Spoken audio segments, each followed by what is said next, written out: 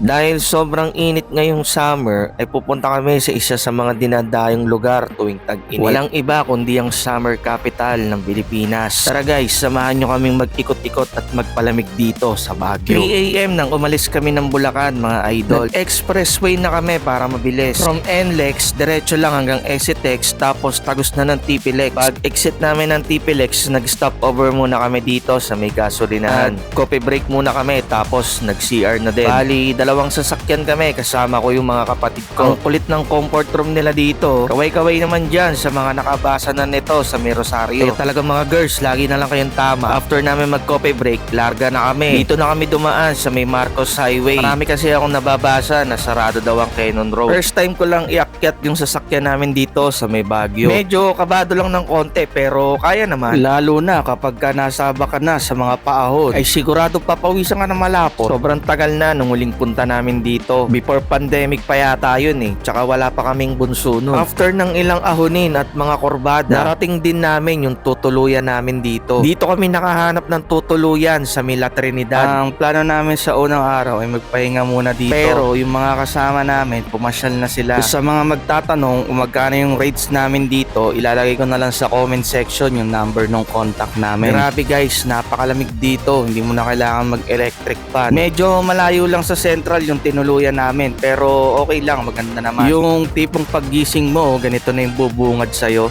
Kinabukasan, maaga kami gumising para mamasyal. Nag-commute na lang kami para hindi ko na problemahin kung saan ako magpapark. Igorot Castle yung una namin pinuntahan mga idol. Grabe, kahit maaga na kami, marami na ring mga turista. Meron din ditong malaking aso parang doon sa Mines View kaya nagpa-picture na kami dito. Umakyat kami sa may itaas para magmerienda. Grabe, sobrang nakakahingal guys. Pero sulit naman yung pag-akyat, napakaganda ng view rito mula sa itaas. Pagbaba namin, nag-picture lang kami sa mga ilang spot. Napakahirap ng may kasamang bata, tinotoyo na yung bunso namin. After nun, sumakay na ulit kami ng taxi papunta ng Good Taste. Kakain muna kami para sa lunch. Pagdating namin, grabe, ang haba ng pila. Para ka na rin nasa Diwata Pares. Pero mabilis lang naman yung pila dito guys. Pagpasok namin dito sa loob, tuwan-tuwa yung bunso namin dito sa robot na nagsuserve ng pagkain. Pati si ate, hinabol pa talaga. Malamang reels is life to. Nang dumating na yung order namin, nagsimula na kaming kumain guys. Kayo ba mga idol, saan ba kayo madalas kumain pag nandito kayo sa Baguio? Kami kasi madalas talaga dito kumain sa Good Taste. Ay talaga namang good na good. After namin kumain, nagpahinga muna kami dito sa may Burnham Park. Nang makapahinga na kami, naisipan namin na sumakay ng swan boat. Yung may pedal ang pinili namin. Sigurado gutom na naman pagkatapos neto. Mabentang mabenta yung panganay ko dito sa Baguio, ang pogi daw.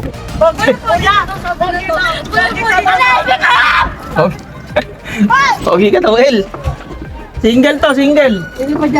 Alala ko tuloy yung kabataan ko eh. Ganyan-ganyan din ako eh. After namin mag-boating, magbabike naman kami mga idol. Dito lang din naman yan sa may Burnham Park. Here, hello.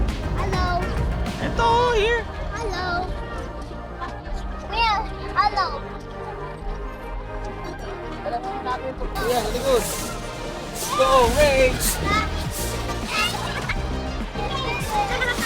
Hindi na kami nakagala sa ibang pasyalan. Inantok na kasi yung bunso namin. Pagdating namin sa bahay, tamang chill lang tapos nood ng Netflix pampatulog. Bali, 2 nights lang kasi kami dito kaya last night na namin. Inaumagahan, maaga kami umalis para pumunta sa last destination namin, yung Strawberry Farm. Pagdating namin dito sa may Strawberry Farm, hindi pa man din kami nagtatagal, tinoyo na agad yung bunso namin. Kaya naman walang masyadong kaganapan dito guys. Hindi na kami nagtagal. After ko kumuha ng ilang clip, umuwi na rin kami. Like, follow, and share lang for more videos mga idol. At subscribe naman sa aking YouTube channel. Hanggang sa susunod na vlog na lang ulit. No? Maraming salamat. Bye-bye!